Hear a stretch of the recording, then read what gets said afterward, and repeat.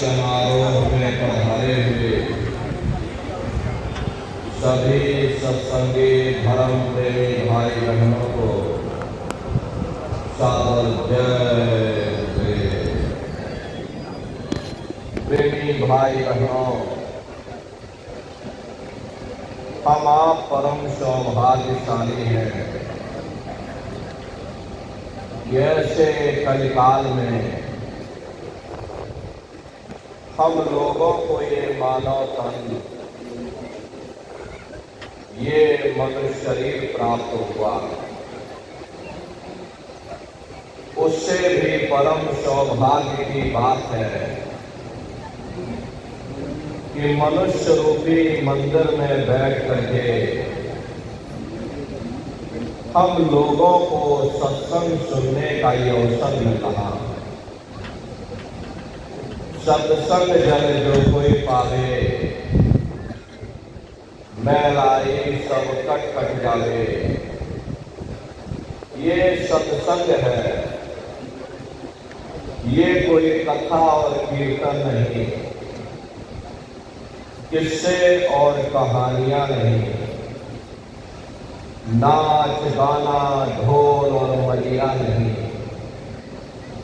ये महात्माओं की अजर अमर वाणियां हैं। यदि आपने ध्यान से सुन लिया तो निश्चय ही आपको अपने मानव जीवन के उद्देश्यों के बारे में पता चलेगा कि आखिर ये मनुष्य शरीर हमको क्यों मिला है, क्या इसका उद्देश्य है, मरने के बाद हम लोग कहाँ जाएंगे, हमारे बाल बच्चे रिश्ते नातेदार कहाँ जाएंगे और कैसे हमारी जीवात्मा का कल्याण होगा। इन सभी प्रश्नों की जानकारी आपको सत्संग के माध्यम से प्राप्त होगी। इसलिए प्रेमी भाई बहनों, जो भी वचनवाणियां थोड़ी बहुत सुनाई है, एक एक वचन को बड़े ध्यान के साथ सुनिएगा, क्योंकि अधिकतर यह देखा जाता है कि जब कभी सत्संग होता है तो हम लोगों को नींद आ जाती है, हम लोग सो जाते हैं या एक दूसरे से बातचीत करने में लग जाते हैं या मन कहीं हमारा और चला जाता है, तो उसमें सत्संग के वचन छूट जाते हैं, कड़ी से कड़ी टूट जाती है, फिर हम अर्थ का अनर्थ कर देते हैं। महात्माओं के सत्संग में कभी किसी जात और बिरादरी, किसी कौम या मजहब या किसी भी व्यक्ति विशेष की कभी कोई निंदा, चुगली, आलोचना या किसी की यहाँ बुराई नहीं की जाती। सत्संग कैसे जानिए, जित एक नाम वखान। सत्संग वह जगह है जहाँ केवल शब्द या नाम का प्रचार किया जाता, मालिक से मिलने का प्रेम और प्यार पैदा किया जाता। इसीलिए प्रेमी भाई बहनों, जो भी वचनवाणियां आपको सुनाई जाए, बड़े ध्यान से एक वचन को सुनिएगा और समझने की कोशिश करिएगा। प्रेमी भाई बहनों, यह मनुष्य शरीर हम लोगों को बड़े सौभाग्य से प्राप्त हुआ। ये जीवन बहुत अनमोल है। उस परम पिता परमात्मा ने हमको यह जीवन केवल इसीलिए दिया है ताकि हम जीते जी उस प्रभु की भक्ति करके अपनी जीवात्मा का कल्याण करा सकते हैं। ये 5 तत्वों का पुतला,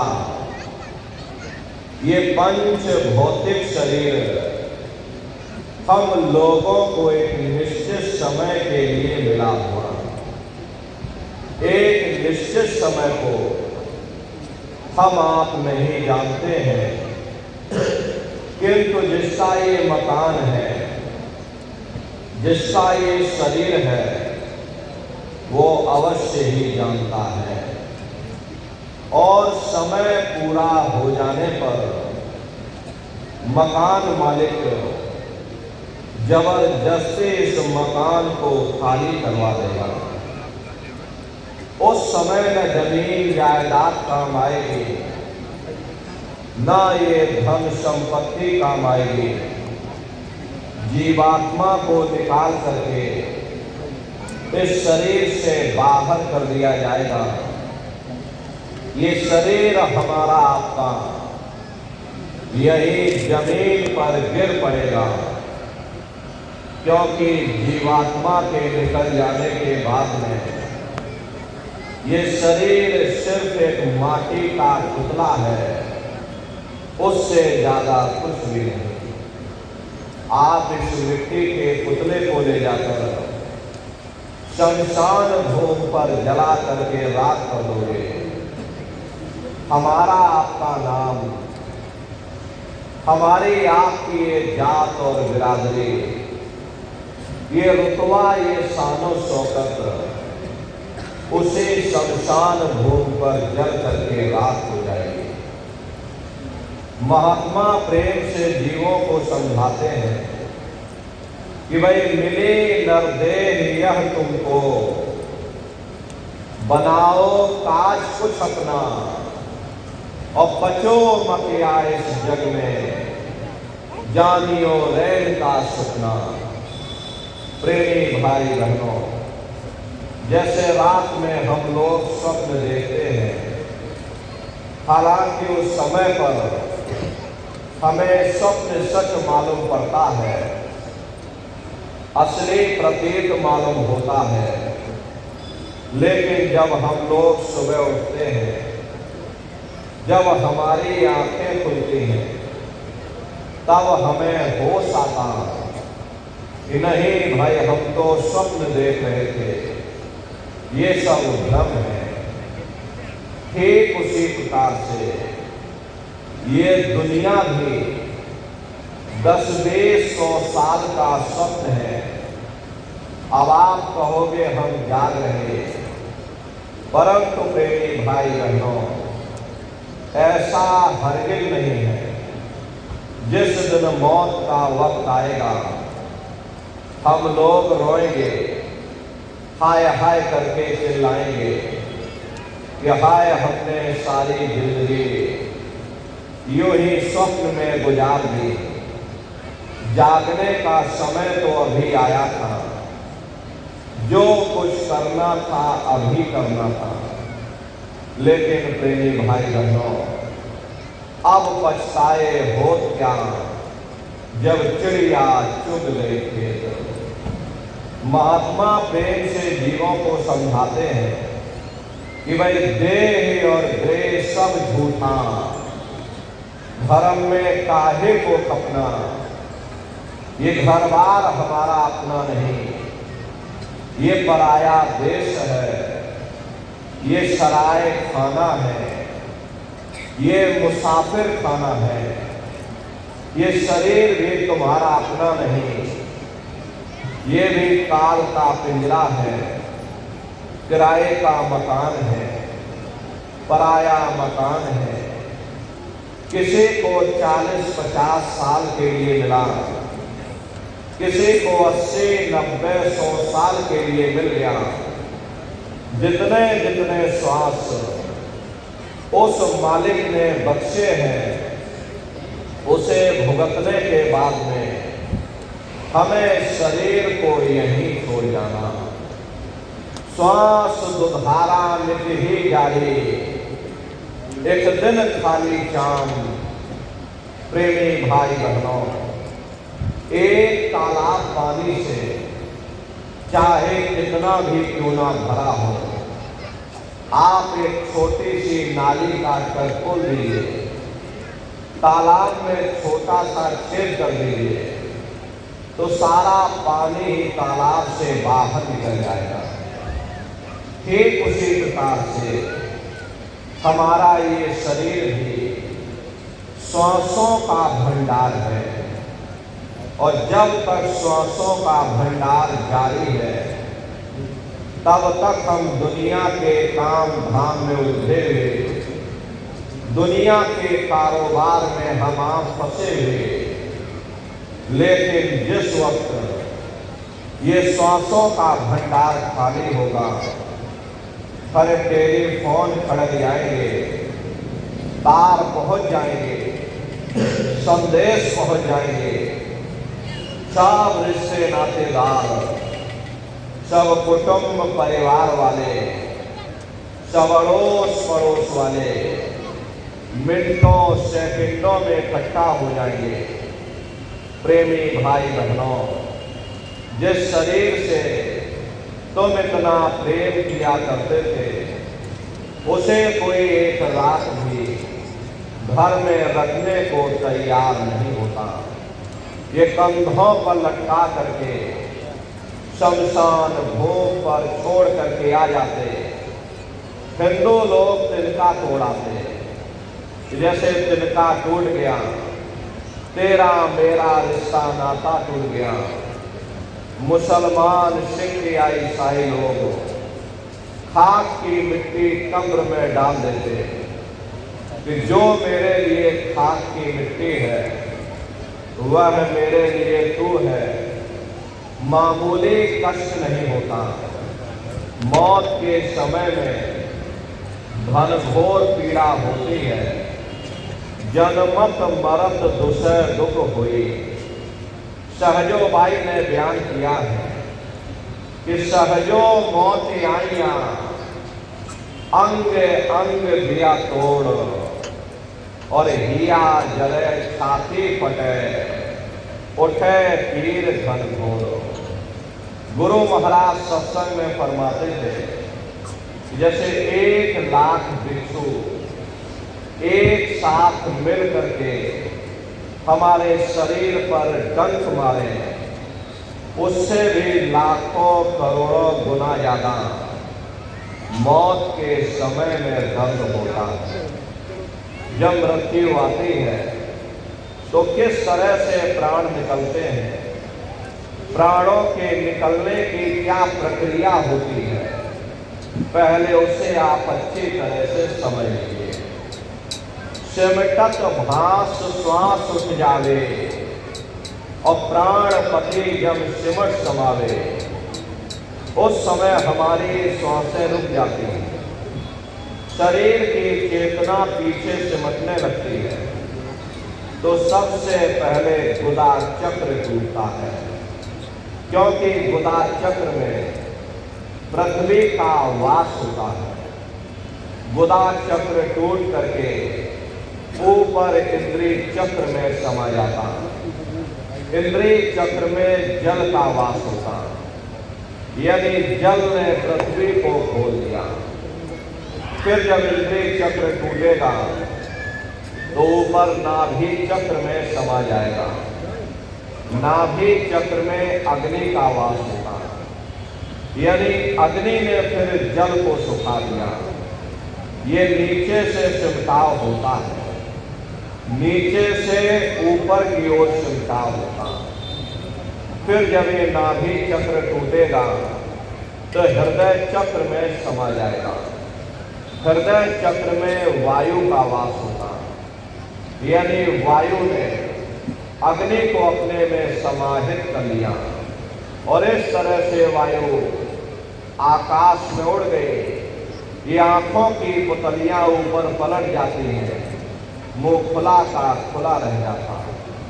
महात्मा प्रेम से समझाते हैं कि भाई जब यह कर्म कलाय उपजावे और बुद्धि सूरत की आन दबावे, जब यह जीवात्मा पांचों तत्वों को लांघ करके जल, पृथ्वी, अग्नि, वायु, आकाश पांचों तत्वों को लांघ करके ऊपर आते हैं तो काल दार में आन दवानी, और जब ढरके नैनन से पानी, जब काल अपनी दार में दबाता है उस समय नेत्रों से पानी निकलता है, इंद्रियां टूट टूट करके चकनाचूर हो जाती हैं, सब रिश्ते नातेदार खड़े रह जाएंगे, लगे टकटकी दिखे न भाई, वाही समय को करे सहाई। उस समय जीव टकटकी लगाकर देखता है कि कोई मेरी मदद कर दे, कोई मेरी सहायता कर दे, कोई मुझे बचा ले। लेकिन प्रेमी भाई बहनों, सब भाई बंधु खड़े रह जाते हैं, डॉक्टर, वैद्य, हकीम सब घेरे रह जाते हैं, नात रिश्तेदार सब देखते रह जाते हैं, लेकिन उस समय आपको कोई बचा नहीं पाता। यमदूत आते हैं, प्राणों की डोरी को तोड़ देते हैं और जीवात्मा को खींच करके इस शरीर से बाहर कर दिया जाता है। जैसे ही जीवात्मा शरीर से अलग हुई, ये शरीर हमारा मिट्टी हो जाता है। फिर इस मिट्टी को एक रात अपने घर में कोई रखने को तैयार नहीं होता। पर आपके कितने भी सगे संबंधी क्यों ना हो, खास नात रिश्तेदार क्यों ना हो, लेकिन एक रात कोई घर में मिट्टी रखने के लिए तैयार नहीं होते।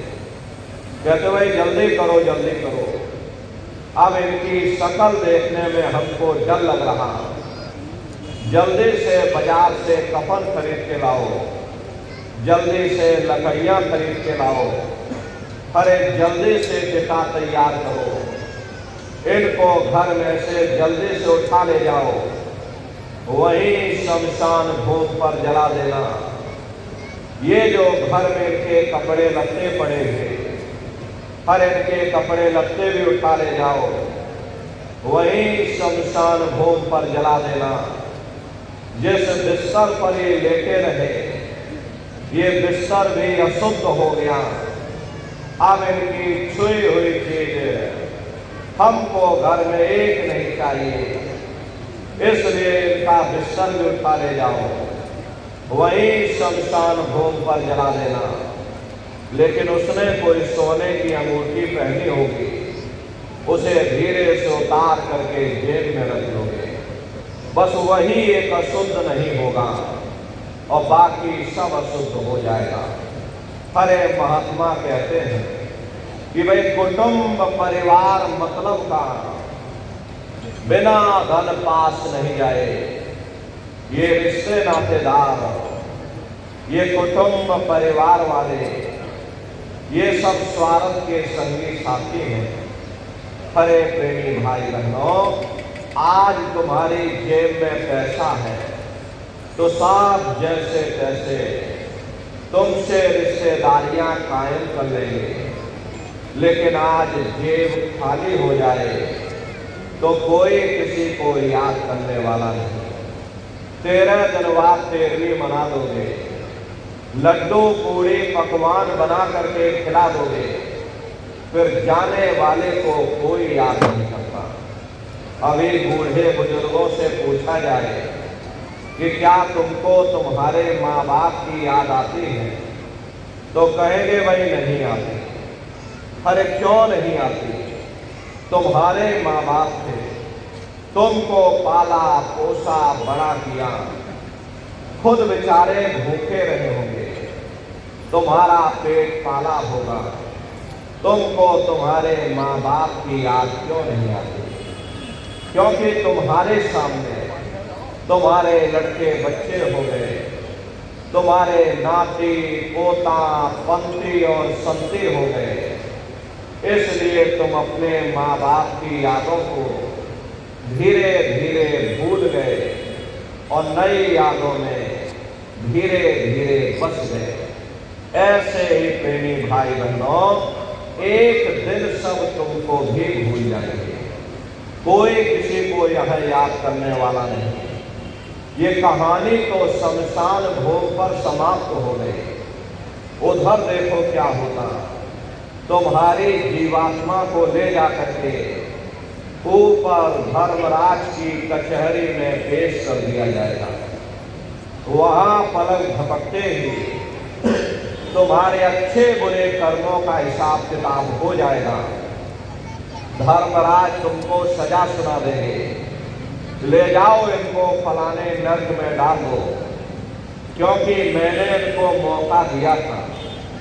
जब ये मां के गर्भ में उल्टे लटके हुए थे, सिर इनका नीचे था, पैर इनके ऊपर थे, उस समय इन्होंने मुझसे प्रार्थना की थी कि हे मालिक, मुझे एक बार मौका दे दो, मुझे एक बार मनुष्य शरीर दे दो।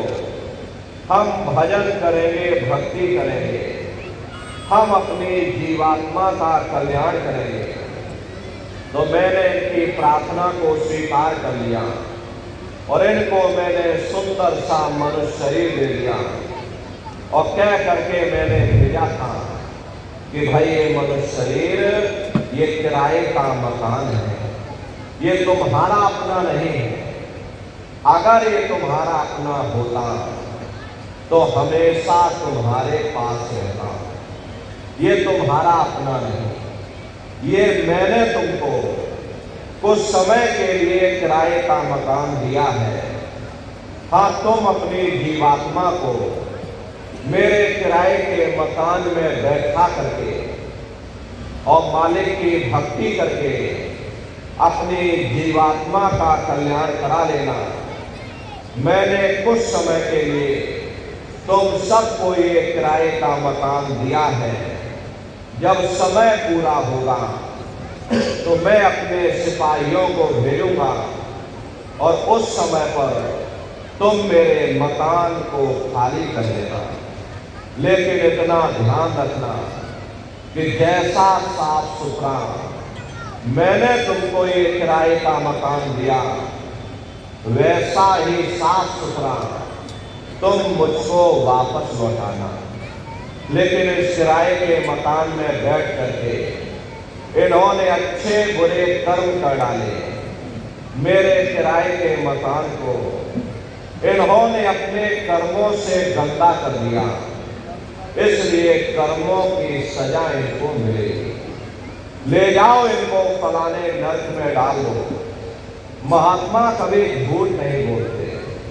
अरे महात्माओं ने जब साधना किया और साधना करके जब ऊपर गए और ऊपर जा करके जब उन्होंने नरकों का हाल देखा, तो हमारी आपकी जानकारी के लिए उन्होंने धर्म ग्रंथों में लिख दिया कि लोह के खम्भ तपत के माही, और जहां जीव को ले चिपटाए वहां लोहे के खंभे अग्नि से धधक धधक कर लाल हो रहे। ऐसे छोटे जीवों को उन खंभों में चिपकाया जाता। जीव हाय हाय करके तड़पता है, तरफ तरफ जीव जुलम बुखारी और तपत खम्भ दुखी उपजे भारी। असहनीय वेदना होती है, असहनीय दुख दर्द होता। जीव वहां रोता और चिल्लाता रहता। लाखों लाख योजन मील तक तुम्हारे रोने और चिल्लाने की आवाज जाती है। लेकिन प्रेमी भाई बहनों, वहां कोई तुम्हारी पुकार सुनने वाला नहीं, कोई तुम्हारी दर्द भरी आवाज को सुनने वाला नहीं। हरे महात्मा कहते हैं कि भाई नर के अनेक और हैं, कहाँ लग कहूँ बखान, दुख भुगते यह जीव जो जाने जो भोग समान। कहते भाई एक नर्क नहीं, ऐसे वहां पर अनेकों अनेक नर्क बने हुए, अलग अलग छोटे पाप कर्मों के वहां पर अलग अलग नर्क बने हुए। कुंभी नर्क निदान है, पड़े जीव जग जाए और सिर समेत डूबा रहे सदा नर्क के माही। कुंभी कहते घड़े के आकार का बड़ा विशाल नर्क बना हुआ, दुनिया भर का मवाद उसमें भरा, बड़े भारी बदबू उसमें से आती है, जीवों को उसी में डाल दिया जाता। जब ही नर्क सिर ऊपर काढ़े तब ऊपर जूते जब मारे, जैसे ये जीव श्वास लेने के लिए अपने सिर को बाहर निकालता है, ऊपर यमदूत खड़े रहते हैं, नोकदार भालों से प्रहार कर देते, ये फिर उसी में डूब जाता है, युगों युगों तक डूबा रहता। कुंभी नर्क कल्प लो वासा, मुख में नर्क नाक में श्वासा। कल्प लो वासा यानी 1000 चौकड़ी युग का एक कल्प होता है, न जाने कितने कल्पों तक, युगों युगों तक जीव उन्हीं नरकों की यातनाओं को भोगता रहता है। और नरकों की यातनाएं भोगने के बाद में इसी जीवात्मा को सीधे मनुष्य शरीर नहीं दिया जाता है, बल्कि इसे 4 खान 84 लाख योनियों में डाल दिया जाता है। जैसे बच्चा होता है, बच्चा पहले कक्षा 1 पास करेगा, फिर कक्षा 2 में जाएगा, ऐसे वहां पर भी पूरा चैनल बना हुआ। नरकों की यातनाओं को भोगने के बाद में इन्हीं जीवों को 4 खान 84 लाख योनियों में डाल दिया जाता है। प्रेमी भाई बहनों, ये 4 खान 84 लाख योनियां ये कोई मामूली योनियां नहीं होती। 4 खान का मतलब होता है अंडज पिंडज उपमज स्थावर, ये 4 खाने होती हैं। पहली श्रेणी तो इन पेड़ पौधों की आती है जिनके अंदर पानी का तत्व मौजूद होता है। कभी भी बेचारे मनुष्य हुआ करते थे, लेकिन आज अपने कर्मों का भोग पा रहे हैं, एक जगह पर पेड़ बन करके खड़े हुए। दूसरी श्रेणी कीड़े मकोड़ों की आती है जिनके अंदर पृथ्वी और अग्नि का तत्व मौजूद होता है। तीसरी श्रेणी पंछियों की आती है, चौथी चौपाए जानवरों की आती है, और 5वीं स्वयं इंसान की आती है जिसके अंदर 5 तत्व जल पृथ्वी अग्नि वायु आकाश 5 तत्व मौजूद होते हैं। प्रेमी भाई बहनों, ये 4 खाने हैं, इनकी अलग अलग कुल 84 लाख योनियां होती हैं। अब आप पेड़ पौधों को देखिएगा तो महुए का पेड़ अलग है, नीम का पेड़ अलग है, आम का पेड़ अलग है, पीपल का पेड़ अलग है। ऐसे ही अलग अलग प्रजातियों के कीड़े मकोड़े, अलग अलग प्रजातियों के पशु पंछी, कुल मिलाकर के 84 लाख योनियां हैं। हम दुनिया के जीव नरकों की यातनाओं को भोगने के बाद में इन्हीं 84 लाख योनियों में डाल दिए जाते हैं। मामूली कष्ट नहीं होता। अरे हमको आपको गर्मी लग गई तो हम लोग छाया में आ गए, सर्दी लग गई कंबल रजाई हो लिया, भूख लग गई रोटी खा ली, बीमार हो गए अस्पतालों में चले गए, अपना अपना इलाज करवा लिया। लेकिन देखो इन जानवरों को, क्या गर्मी, क्या सर्दी और क्या बरसात, एक एक रोटी के टुकड़े के लिए बेचारे दर बदर रोड पर भटकते रहते। किसी का हाथ कट गया, किसी का पैर कट गया, किसी को जीते जी काट डाला, मुर्गी की गर्दन ही मरोड़ डाली। अरे उनको भी दर्द होता है, उनको भी तकलीफ होती है, लेकिन वे बेचारे बेजुबान हैं, कुछ बोल नहीं पाते, कुछ बता नहीं पाते। हम लोगों के अंदर जुबान है, हम लोग बोल बता देते, वे सिर्फ रोते और चिल्लाते रहते हैं। प्रेमी भाई बहनों, मादा भिक्षु होती है। मादा भिक्षु की मौत कैसे होती है? मादा भिक्षु जब अपने बच्चे को जन्म देती है तो उसी के बच्चे अपनी भूख को मिटाने के लिए अपनी माँ की पीठ पर चढ़ जाते हैं और उसी के मांस को नोच नोच करके खाते हैं। वो तड़पती रहती है, कराहती रहती है, लेकिन जब तक हड्डी हड्डी न बच जाए उसके बच्चे अपनी माँ की पीठ से नीचे नहीं उतरते। ऐसे न जाने कितने जीव जंतु इस संसार में दुख सह रहे, कष्टों को सह रहे। अरे कई जन्म भय कीट पतंगा, कई जन्म भय मीन कुरंगा, कई जन्म पंखी सरपोयो, कई जन्म है वर वृक्ष जोयो, मिल जगदीश मिलन की वरिया और चिरंकार यह देश सजरिया। करोड़ों करोड़ युगों से हम आप नरकों की यातनाओं को भोगने के बाद में फिर कभी कीड़े पतंगों की योनि में, कभी पेड़ पौधों की योनि में, तो कभी पशु और पंछियों की योनि में भटका खाते। प्रेमी भाई बहनों, 84 लाख योनियों की सबसे जो आखिरी योनि होती है वो गाय और बैल की योनि होती है। गाय स्त्री का रूप लेती है और बैल पुरुष का रूप लेते हैं। ये 84 लाख योनियों की सबसे आखिरी योनि यानी कि अंतिम पायदान होता है। उसके बाद तब जाकर के हम लोगों को दोबारा फिर से मनुष्य शरीर प्राप्त होता है। इसीलिए कहा गया है कि बड़े भाग्य मानुष सन पाया और कोट जन्म जब भटका खाया।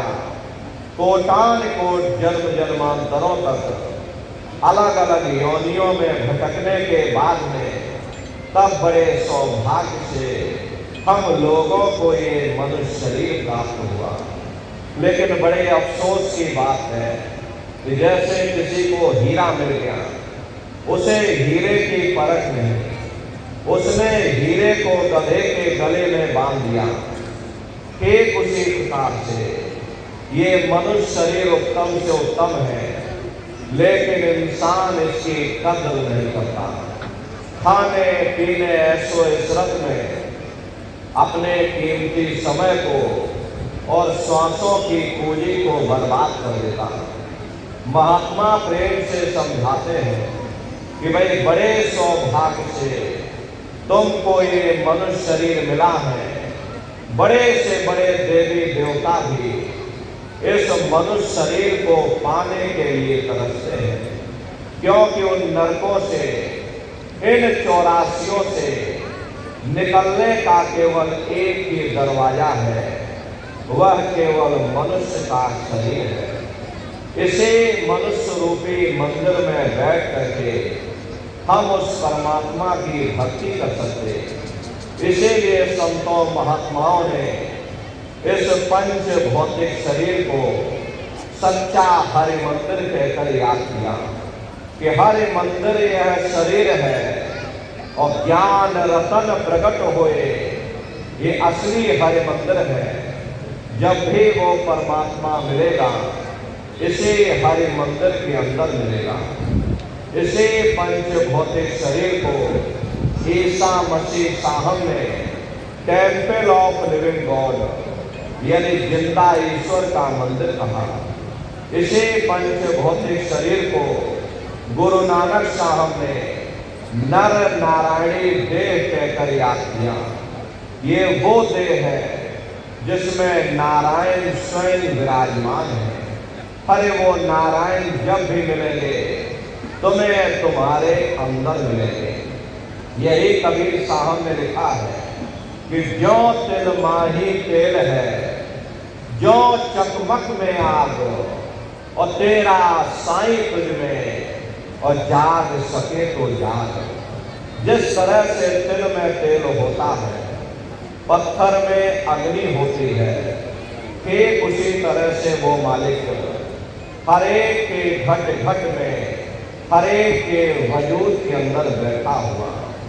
यही आपके धर्म पुस्तकों में भी लिखा है, फिर मोक्षों का ढूंढे रे बंदे, मैं तो तेरे पास में, और ना तीरथ में ना मूरत में, मैं तो हूँ विश्वास में। ना मैं तीरथ में मिलूंगा, ना मैं मूरत में मिलूंगा, ना मैं अन्य किसी कर्मकांड में मिलूंगा, ना मैं ग्रंथों में मिलूंगा, ना मैं पोथियों में मिलूंगा, ना मैं किताबों में मिलूंगा। चाहे सारी उम्र बैठ करके तुम किताबें पढ़ते रहो, अरे मैं जब भी मिलूंगा तो मैं तुम्हारे अंदर मिलूंगा। प्रेमी भाई बहनों, बड़ी सीधी सी बात है कि अगर खाना बनाने की किताब हो, सारी उम्र बैठ करके आप पढ़ते रहोगे कि भाई खाना ऐसे बनता है और खाना वैसे बनता है, खाने में नमक डाला जाता है और खाने में तेल डाला जाता है, तो कभी तुम्हारा पेट नहीं भर सकता। जब तक आप खाना बनाओगे नहीं, उसे स्वयं खाओगे नहीं, कभी तुम्हारा पेट नहीं भर सकता। हम वेदों की निंदा नहीं करते, हम ग्रंथों की निंदा नहीं करते, हम गीता, कुरान और बाइबल की निंदा नहीं करते। वेद, शास्त्र, गीता, कुरान और बाइबल कहती है कि भाई मनुष्य के अंदर अंड खंड ब्रह्मांड है, स्वयं वो परमात्मा इसके अंदर बैठा हुआ। चलो अंदर चलो, अंदर चल करके उस परमात्मा का दर्शन दीदार करो। अब सवाल ये उठता है कि भाई आखिर हम अपने अंदर जाकर के उस परमात्मा का दर्शन कैसे करेंगे? तो इसके लिए संतों महात्माओं ने केवल 3 साधन बताए। साधन 3 सार ने, और साधन सब थोथे मान। इस कलयुग में उस मालिक को प्राप्त करने के लिए महात्माओं ने केवल 3 साधना बताए। पहला है सुमरन, दूसरा है ध्यान और तीसरा है भजन। सुमरन कहते हैं मालिक को याद करना, ध्यान कहते हैं अपनी दिव्य दृष्टि को खोलना, और भजन कहते हैं कान में उंगली डाल करके उस शब्द को सुनना, उस नाम को सुनना, उस देववाणी आकाशवाणी को सुनना जो 24 घंटे तुम्हारे अंदर गूंज रही। तो प्रेमी भाई बहनों, ये सुरत शब्द नाम योग की साधना है। संतों का जो इतिहास रहा, संतों के इतिहास में सबसे पहले कबीर साहब आए, जिन्होंने सुरत शब्द नाम योग की साधना जारी की। उसके बाद गुरु नानक साहब आए, गुरु नानक साहब ने भी सुरत शब्द नाम योग की साधना जारी की।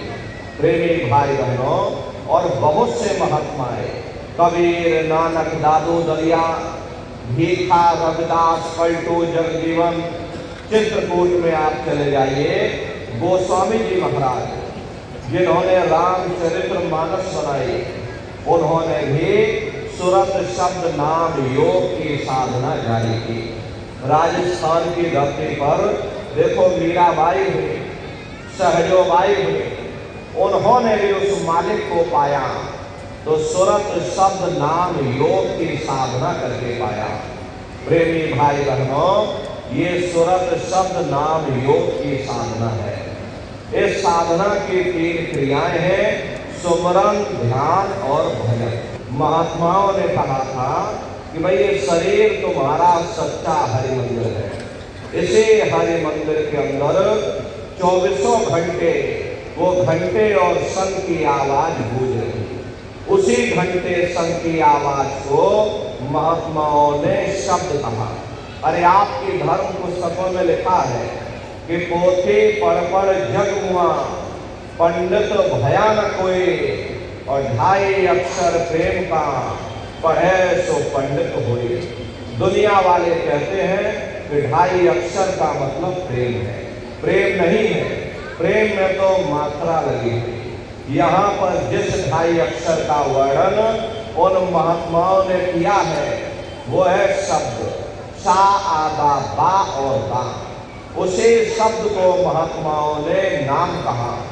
कलयुग योग न यज्ञ न ज्ञाना, एक आधार नाम गुण गाना। और कलयुग केवल नाम आधारा, सुमेर सुमेर नर उतर ही पारा। कलयुग में केवल नाम का आधार है, वो नाम तुम्हारे अंदर 24 घंटे गूंज रहा।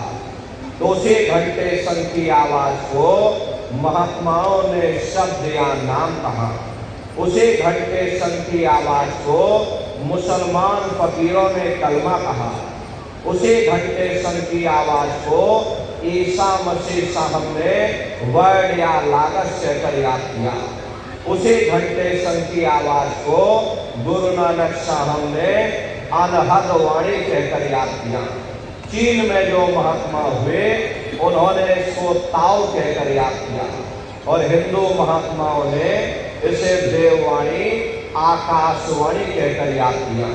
उन अलग अलग महात्माओं ने अपनी अपनी भाषा में हम लोगों को समझाने की कोशिश की है कि भाई वो घंटे संग की आवाज तुम्हारे सबके अंदर गूंज रही है, वो आपको सुनाई पड़ेगी। लेकिन शुरुआती समय में आपको ऐसा मालूम पड़ेगा कि कहीं बड़ी दूर पर घंटियां बजेंगी, टन टन टन, लेकिन सुनाई हरे को पड़ेगी।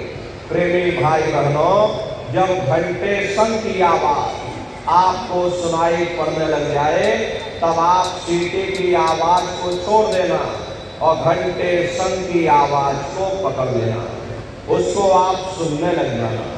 जब आप उसको सुनने लग जाओगे तो वो आवाज धीरे धीरे बढ़ना शुरू होगी और बढ़ते बढ़ते इस कदर बढ़ेगी कि आपके रोम रोम में घंटे और संग की आवाज गूंजने लग जाएगी। बड़ी घनघोर आवाज होती है, बड़ी मधुर वो आवाज होती है। प्रेमी भाई बहनों, ये जो आप दुनिया के संगीत और गाने सुनते हो, उस रूहानी संगीत के सामने प्रेमी भाई बहनों, ये दुनिया के संगीत कुछ नहीं है। जब आप उस रूहानी संगीत को सुनोगे, इतना भारी आनंद आपके ऊपर छा जाएगा, इतनी खुशी आपको होगी, ऐसा नशा आपके ऊपर चढ़ जाएगा, इतना आप उस आवाज में खो जाओगे कि आप सारी दुनिया को भूल जाओगे। प्रेमी भाई बहनों, शंकर भगवान को वही नशा चढ़ा था। शंकर भगवान कोई गांजा भांग नहीं पीते थे। ये तो हमने आपने शंकर भगवान को भी बदनाम कर दिया कि शंकर भगवान गांजा भांग पीते थे तो चलो हम भी गांजा भांग पिए। लेकिन आए नारियों, शंकर भगवान ने कभी गांजा भांग नहीं किया। शंकर भगवान जिस नशे में लीन रहते थे वो नाम का नशा था, वो ध्यान का नशा था, वो भक्ति का नशा था। जब आप उस आवाज को सुनोगे तो आपको भी वो नशा चढ़ जाएगा, क्योंकि उस आवाज में चुंबक है। जब आप उस आवाज को सुनोगे तो वो आवाज आपको अपनी ओर खींचेगी और जब खिंचाव होगा तो जीवात्मा का फैला हुआ प्रकाश ये 9 दरवाजों से सिमटने लगेगा। अब ये 9 दरवाजे कौन कौन से हैं? देखो प्रेमी भाई बहनों, अच्छी तरह से आप लोग समझिएगा, ये बहुत बड़ा विज्ञान है। दुनिया का विज्ञान जब समाप्त हो जाएगा तो ये विज्ञान प्रारंभ होगा। तो 9 दरवाजे कौन कौन से हैं? 2 आंख, 2 कान, 2 नाक के सुराख, 1 मुंह और 2 मलमूत्र का रास्ता, ये शरीर के 9 दरवाजे हैं। सबसे पहला दरवाजा गुदा चक्र आता है। गुदा चक्र में गणेश जी वास करते हैं। गणेश जी वहाँ के मालिक हैं। ये 4 दल का कवल है। यहाँ पर पृथ्वी तत्व पाया जाता है। उसके ऊपर इंद्रिय चक्र आता है। इंद्रिय चक्र में ब्रह्मा जी वास करते हैं। ये 6 दल का कवल है। यहाँ पर जल तत्व पाया जाता है। उसके ऊपर ये नाभि चक्र आता है। नाभि चक्र में विष्णु जी वास करते हैं। ये 8 दल का कवल है। यहाँ पर अग्नि तत्व पाया जाता है। उसके ऊपर ये हृदय चक्र आता है। हृदय चक्र में शिव जी वास करते हैं। ये 12 दल का कवल है। यहाँ पर वायु तत्व पाया जाता है। अरे वास तो वो ऊपरी मंडलों में करते हैं, लेकिन उनका प्रकाश, उनकी किरणें इन चक्रों पर पड़ती हैं। उसी के ऊपर एक कंठ चक्र आता है। यहाँ पर आद्या महाशक्ति की किरणें पड़ती हैं। ये 16 दल का कवल है। और आप सबसे ऊपर, तुम्हारी जीवात्मा सबसे ऊपर दोनों आंखों के मध्य भाग में बैठी है, जहाँ पर देवियां बिंदी लगाती हैं और पुरुष यहाँ पर टीका लगाते हैं। ये बिंदी और टीका यहाँ पर हम लोग इसीलिए लगाते हैं क्योंकि यहीं पर हमारी जीवात्मा बैठी है, उसका श्रृंगार किया जाता है। ये 10वां द्वार है जहाँ पर तुम्हारी जीवात्मा बैठी हुई है। इसी 10वें दरवाजे पर बैठ करके जीवात्मा अपने प्रकाश को 9 दरवाजों में फैलाती है, जिससे आपका ये शरीर चलता है, आपके हाथ और आपके पांव चलते हैं। जब आप भजन करोगे और घंटे शंख की आवाज को सुनोगे तो उस आवाज में चुंबक है। वो आवाज आपको अपनी ओर खींचेगी और जब खिंचाव होगा तो जीवात्मा का फैला हुआ प्रकाश ये 9 दरवाजों से सिमट करके यही 10वें दरवाजे पर इकट्ठा हो जाएगा। और जैसे ही यहाँ पर सारी शक्ति इकट्ठी हुई, तुरंत शब्द जीवात्मा को खींच करके इस शरीर से बाहर कर देगा। फिर आप अपनी आंखों से देखिएगा कि हमारा शरीर ये है, हम ये खड़े।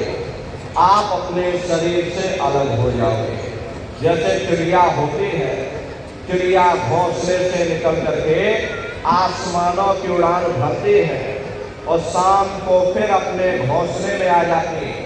ऐसे ही तुम्हारी ये जीवात्मा इस शरीर रूपी घोंसले से निकल करके ब्रह्मांडों की सैर करेगी, देवी देवताओं के दर्शन करेगी, राम और कृष्ण के दर्शन करेगी और घूम करके फिर अपने शरीर रूपी घोंसले में वापस चली आएगी। प्रेमी भाई बहनों, ये ब्रह्मा विष्णु महादेव जिनकी सारी दुनिया पूजा करती है, अरे आप सभी लोग ब्रह्मा विष्णु महादेव की पूजा करते हो, लेकिन कभी आपने विचार नहीं किया भाई जिनकी हम पूजा कर रहे हैं आखिर ये है कौन।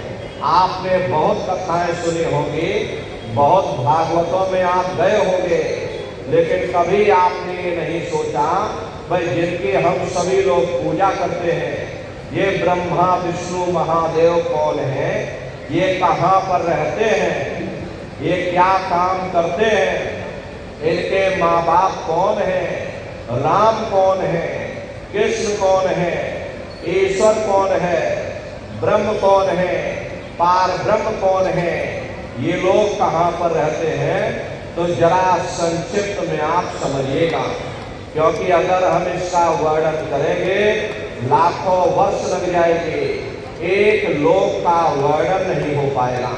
इतने विशाल लोक ऊपर बने हुए, लेकिन संक्षिप्त में आपको बताया जा रहा कि किन किन मंडलों को पार करते हुए तुम्हारी ये जीवात्मा अपने 5वें मंडल पर यानी सचखंड में पहुंचेगी। प्रेमी भाई बहनों, जब आप भजन करोगे और घंटे शंख की आवाज को पकड़ करके जब आप शरीर रूपी घोंसले से बाहर निकल जाओगे, तो उसी घंटे शंख की आवाज को पकड़कर ये जीवात्मा ब्रह्मांडों की चढ़ाई करती है। पलक झपकती है जीवात्मा, खरबों योजन ऊपर चली जाती है। ये चांद सूरज सितारों को पार करने के बाद सबसे पहले जो आपको लोक मिलेगा उसे महात्माओं ने शिवलोक कहा। शिवलोक वो तमोगुणी स्थान है। वहाँ के मालिक शिव जी हैं, वो पार्वती जी के साथ उस लोक में विराजमान है। चैतन्य धार जो ऊपर से नीचे आ रही, जिसे महात्माओं ने गंगा कहा, वह अपना केंद्र बिंदु शिवलोक को बनाती है। इसीलिए शिव जी की जटा में ये गंगा दर्शाई जाती है। इस लोक में असंख्य जीवात्माएं रहती हैं और ये सभी जीवात्माएं शिव स्वरूप में मौजूद होती हैं। जब आप वहां पर पहुंचोगे और शिव जी का जब प्रत्यक्ष दर्शन करोगे तो आपका स्वरूप भी शिव के समान यानी शिव स्वरूप हो जाएगा। शिव जी का दर्शन करने के बाद फिर जब आप ऊपर चढ़ोगे, उसी के ऊपर ब्रह्मा जी का लोक आएगा। ब्रह्मा जी का लोक वो रजोगुणी स्थान है। वहाँ के मालिक ब्रह्मा जी हैं, वो गायत्री, सावित्री और सरस्वती के साथ उस लोक में विराजमान है। वहाँ पर वेद ध्वनियाँ सदा उस लोक में उच्चारण होती रहती और ब्रह्मा जी का दर्शन करने के बाद फिर घंटे शंख की आवाज को पकड़ करके फिर जब आप ऊपर चढ़ोगे, उसी के ऊपर विष्णु लोक आएगा। विष्णु लोक वो सतोगुणी स्थान है। वहाँ के मालिक विष्णु जी हैं, उनका बड़ा मनमोहक स्वरूप है। उनकी 4 भुजाएं हैं और चारों भुजाओं में शंख, गदा, पद्म और चक्र सुशोभित है। और आप क्षीर सागर में लक्ष्मी जी के साथ विराजमान हैं। ये तीनों देवता ब्रह्मा, विष्णु और महादेव अपने अपने लोक में बैठ करके राज कर रहे। एक रचयिता है जो जीवों को रचता है, एक पालनहार है जो जीवों को पालता है और एक संहार करता है जो जीवों को नष्ट कर देता है। एक का काम है घड़े को बनाना, एक का काम है घड़े की सुरक्षा करना, एक का काम है घड़े को तोड़ देना। इनकी जो माता है वो आद्या महाशक्ति है। ब्रह्मा, विष्णु, महादेव लोक के ऊपर वो आद्या महाशक्ति का लोक आता है और उसी लोक को पार करने के बाद सबसे पहला देश पड़ता है, या यूं कह लीजिए कि पहली राजधानी पड़ती है, जिसे महात्माओं ने सहस्र दल कवल कहा। वो राजधानी है। ये ब्रह्मा, विष्णु, महादेव के जो लोक हैं, उस राजधानी के अंतर्गत आने वाले जिले हैं। आप इस तरह से समझिएगा, जैसे आपके उत्तर प्रदेश की राजधानी लखनऊ है, रायबरेली आपका जिला है, इसी तरह प्रेमी भाई बहनों वो सहस्र दल कवल राजधानी है। राजधानी का जो मालिक है वो निरंजन भगवान है। ये ब्रह्मा, विष्णु, महादेव ये निरंजन भगवान के ही पुत्र हैं और ये आद्या महाशक्ति ये निरंजन भगवान की अर्धांगिनी है। निरंजन भगवान स्वयं तीनों लोकों के मालिक हैं। उन्हीं को त्रिलोकीनाथ कहा जाता है। हिंदू उन्हीं को परमात्मा कहते हैं, मुसलमान उन्हीं को खुदा कहते हैं और ईसाई उन्हीं को गॉड कहते हैं। प्रेमी भाई बहनों, ये जल एक है। जल को चाहे आप नीर कह लो, चाहे आप पानी कह लो या चाहे आप वाटर कह लो, इसी तरह प्रेमी भाई बहनों वो परमात्मा भी एक है। हम लोग लफ्जों के झगड़े में उलझे हुए हैं। घंटे और शंख की आवाज जो हर इंसान के अंदर गूंज रही, वो आवाज उन्हीं के मुखार बिंद से हो रही। निरंजन भगवान का जो स्वरूप है वो ज्योतिष स्वरूप है। हजार बाती की अखंड ज्योति वहां पर बराबर जल रही है। हम आप मंदिरों में ज्योत जलाते हैं, ये तो हम आप उसकी नकल करते हैं। महात्माओं ने आपको चिन्ह बता दिया कि भाई उनका ऐसा स्वरूप है, तो हम लोग यहाँ पर नकल करने लगे। इस ज्योत में तेल की जरूरत पड़ती है, बाती की जरूरत पड़ती है। लेकिन वो अखंड ज्योति वहां पर ऐसी जल रही जिसमें ना तेल की जरूरत है और ना बाती की जरूरत है। पलटू साहब ने जिक्र किया है कि उल्टा कुआं गगन में, तिसमें जरे चिराग और तिसमें जरे चिराग, बिना रोगन बिन बाती और 6 ऋतु 12 मास, जरत रहे दिन राती, सतगुर मिले जो हुए, ताही की नजर में आवे, और बिन सतगुर नहीं कोई, वाह को दर्शावे। वो अखंड ज्योति ऐसी है जिससे पूरा ब्रह्मांड प्रकाशवान हो रहा। जितनी भी अवतारी शक्तियां आई, राम आए, राम को वहीं से नीचे उतारा गया। इसीलिए उस देश को अयोध्या नगरी या कौशलपुर देश भी कहा गया। अरे गोस्वामी जी महाराज जब साधना करके वहां पहुंचे, तभी गोस्वामी जी महाराज ने रामचरित्र मानस में लिख दिया। क्या उन्होंने रामचरित्र मानस में लिखा? देखो प्रेमी भाई बहनों, गोस्वामी जी महाराज ने जो भी रामचरित्र मानस में लिखा है वो सब अंतर का भेद लिखा है, बाहर का कुछ नहीं लिखा। लेकिन हम दुनिया के जीव बाहर मुखी क्रियाओं में फंसे रहते हैं, इसीलिए हम अर्थ का अनर्थ कर देते हैं। तो गोस्वामी जी महाराज ने रामचरित्र मानस में लिखा है कि मोद्यो नैन त्रिशत में भयो, पुण्य चितवत कौशलपुर गयो। जब मैंने अपने बाहर की आंख बंद की, मेरे अंदर की आंख खुल गई और मैं क्या देख रहा हूं, मैं कौशलपुर देश में पहुंच गया। मोहे विलोक राम मुस्काई, मुझे देख करके राम भगवान प्रसन्न हो गए। उन्होंने ऊपर जाने का मुझे रास्ता दे दिया। मैं ऊपर जा करके क्या देख रहा हूं कि उधर माज सुने नजर आया, देखे बहु ब्रह्मांड निकाया, अति विचित्र ताह लोक अनेका, रचना अधिक एक एका। विचित्र विचित्र भाग के वहां पर लोग बने हुए, एक से बढ़कर एक सुंदर सोने के वहां महल बने हैं जिनकी शोभा अवर्णीय है। प्रेमी भाई बहनों, वो असली अयोध्या नगरी है, वो राम भगवान का देश है। जब आप साधना करके वहां पहुंचोगे और वहां की रचनाओं को देखोगे तो देखते ही रह जाओगे, ये क्या ईश्वर की लीला है, कैसी उसकी कारीगरी है, अनंत उसकी सत्ता है, अनंत ही उसका प्रकाश है। उसी आनंद को पाकर के बड़े बड़े राजे महाराजाओं ने अपने राजकाज पर ठोकरें मार दी और जंगलों में जाकर के नंगे हो करके नाचने लगे।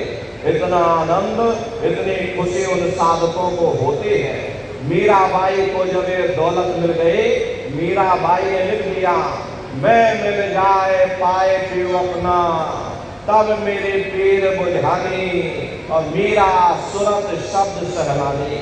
कबीर साहब को जब ये दौलत मिल गई और अन्य महात्माओं को जब ये दौलत मिल गई, उन्होंने ऊपर चढ़ करके जब देखा तो कलम तोड़ करके लिख दिया, अचरज देखा भारी साधो, अचरज देखा भारी रे, और बिना बजाए निस्दिन बाजे, घंटा शंख नगारी रे, और बहरा सुन सुन मस्त होत है, तन की खबर विसारी रे, और बिन भूमि के महल बना है, तामे ज्योत उजारी रे, अंधा देख देख सुख पावे और बात बतावे सारी रे, और जीता मर कर फिर जी जावे, बिन भोजन बलधारी रे, और ब्रह्मानंद संत जन बिरला, कोई समझे बात हमारी रे।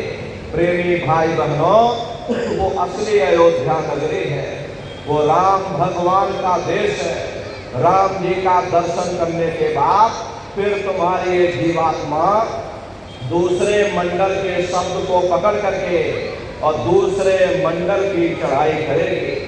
श्याम तज श्वेत को कहना, सुरत को तान धुन सुनना, और बंक के द्वार धस बैठो और त्रिकुटी जाए कर लेना। उसी के ऊपर दूसरा देश आता है जिसे महात्माओं ने त्रिकुटी देश कहा। वहाँ के जो मालिक हैं वो ब्रह्म हैं, वहीं से मन और माया की उत्पत्ति हुई, वहीं से तीन गुण रजोगुण तमोगुण सतोगुण तीनों गुणों की उत्पत्ति वहीं से हुई। ये जो आपके वेद हैं, अरे वेदों को सारी दुनिया पढ़ती रहती है, वेदों की भी उत्पत्ति उसी स्थान से हुई है। महात्मा कहते हैं कि त्रिकुटी महल में विद्या सारा, धनहर गरजे बजे नगारा और लाल वरण सूरज उजियारा। वहाँ पर दो धुने, बादलों की गर्जन और मृदंग की आवाज उस लोक में गूंजती रहती है। जैसे पहले स्थान पर राम भगवान के देश में अयोध्या नगरी में घंटे और शंख की आवाज गूंजती, ऐसे ही दूसरे मंडल पर यानी कि ब्रह्म के देश में बादलों की गर्जन और मृदंग वहां पर बजता रहता है। ओम का जाप बराबर वहां होता रहता। ब्रह्म का जो स्वरूप है लाल वरण सूरज उजियारा। ये सूरज कुछ नहीं, ऐसे लाखों लाख सूर्य इकट्ठे करोगे तो वहां का एक सूर्य बनेगा। प्रेमी भाई बहनों, ब्रह्म का जो स्वरूप है वो सुबह के लाल सूर्य के समान है, इसीलिए वहां का पूरा ब्रह्मांड लाल है। जहां तक आपकी निगाह जाएगी ब्रह्म देश में चारों तरफ आपको लाल ही लाल नजर आएगा। महात्मा जब साधना करके वहां पहुंचे तभी महात्माओं ने लिख लिया, लाली मेरे लाल की और जित देखो तो लाल, लाली देखन में गई और मैं भी हो गई लाल। वो पूरा ब्रह्मांड ही लाल है। तो जितने साधक वहां पहुंच जाते हैं उन सभी को योगेश्वर कहा जाता है। योगेश्वर की पदवी उन्हीं को मिलती है जो ब्रह्म स्थान तक पहुंच रखते हैं। जैसे व्यास जी हुए, वशिष्ठ जी हुए, वाल्मीकि जी हुए, इन सब की पहुंच वहीं तक थी। इसीलिए कहा गया वाल्मीकि भय ब्रह्म समाना। जब इनकी जीवात्मा वहां पहुंची और जब इन्होंने ब्रह्म का दर्शन किया तो इनका स्वरूप भी ब्रह्म के समान यानी ब्रह्म स्वरूप हो गया। तो जितने साधक वहां पहुंच जाते हैं उन सभी को योगेश्वर कहा जाता है। योगेश्वर भगवान श्री कृष्ण उसी देश में वास करते हैं। ये जो ब्रह्म देश है वो श्री कृष्ण भगवान का ही देश है और श्री कृष्ण भगवान वहीं पर रहते हैं। ये बाहर की जन्माष्टमी नहीं है जो आप लोग मनाते हो, ये तो आप नकल करते हो। महात्माओं ने कहा था भाई सही मायने में तुम जन्माष्टमी कब मनाओगे?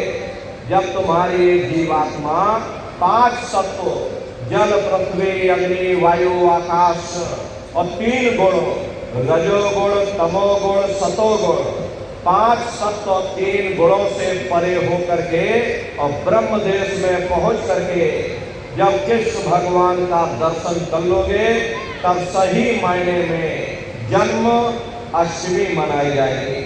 वहां कृष्ण भगवान का दर्शन करने के बाद फिर तुम्हारी जीवात्मा तीसरे मंडल के शब्द को पकड़ करके और तीसरे मंडल की चढ़ाई करे। आगे पहुंची सुन झंकार, ररंकार धुनि सुनी पुकार, आगे श्वेत सुन है भाई, मान सरोवर बैठ नहाई। उसी के ऊपर तीसरा देश आता है जिसे महात्माओं ने शून्य देश कहा। उसी को रारंग देश कहा जाता, उसी को अक्षर और नेति कहा जाता। वहाँ के जो मालिक हैं वो रारंग पुरुष यानी कि पर ब्रह्म पुरुष है। वहाँ किंगरी और सारंगी 2 धुनें उस लोक में गूंजती रहती हैं और पार ब्रह्म पुरुष का जो स्वरूप है वो पूर्णमासी के चंद्रमा के समान बड़ा ही मनमोहक स्वरूप है। इसी स्थान पर प्रेमी भाई बहनों एक बहुत बड़ा अमृत का सरोवर बना है, जिसे महात्माओं ने मान सरोवर कहा। जब तुम्हारी एक जीवात्मा उस मान सरोवर में स्नान कर लेगी तो जन्म जन्मांतरों के मेरे पाप कर्म साफ हो जाएंगे। अरे यहाँ के पानी से तुम्हारे कर्मों की सफाई नहीं होने वाली। ये बाहर का पानी तुम्हारे शरीर के मैल को धो सकता है, लेकिन जो पापों का मैल है, जो अंतःकरण में ये जो कर्मों की गंदगी जमा है, वो जब साफ होगी, जब आप तीसरे मंडल पर पहुंच करके उस गंगा में डुबकी लगाओगे। उसमें स्नान करने के बाद ये जीवात्मा हंस रूप हो जाती है। हंसन मिले हंसा हो जाए, मिले जो अमी अखाड़ा है। जीवात्मा का खुद का प्रकाश उस अमृत के सरोवर में स्नान करने के बाद 16 सूर्य के बराबर हो जाता। तब फिर यही जीवात्मा चौथे मंडल के शब्द को पकड़ करके चौथे मंडल की चढ़ाई करती है। 2 पर्वत के संग निहारो और भंवर गुफा ते संत पुकारो। 2 पर्वतों को पार करने के बाद वो बड़ा सुंदर देश आता, जिसे महात्माओं ने भंवर गुफा कहा। वहाँ के जो मालिक हैं वो सोहन पुरुष है। वहाँ बंसी यानी मुरली की मधुध्वनियां सदा उस लोक में उच्चारण होती रहती। और सोहन पुरुष का जो स्वरूप है वो दोपहर के सूर्य के समान महाप्रकाशवान स्वरूप है। स्वरूप में अंतर है। पहले स्थान पर निरंजन भगवान का जो स्वरूप है वो ज्योतिष स्वरूप है। दूसरे स्थान पर ब्रह्म का जो स्वरूप है वो सुबह के लाल सूर्य के समान है। तीसरे स्थान पर पार ब्रह्म का जो स्वरूप है वो पूर्णमासी के चंद्रमा के समान है।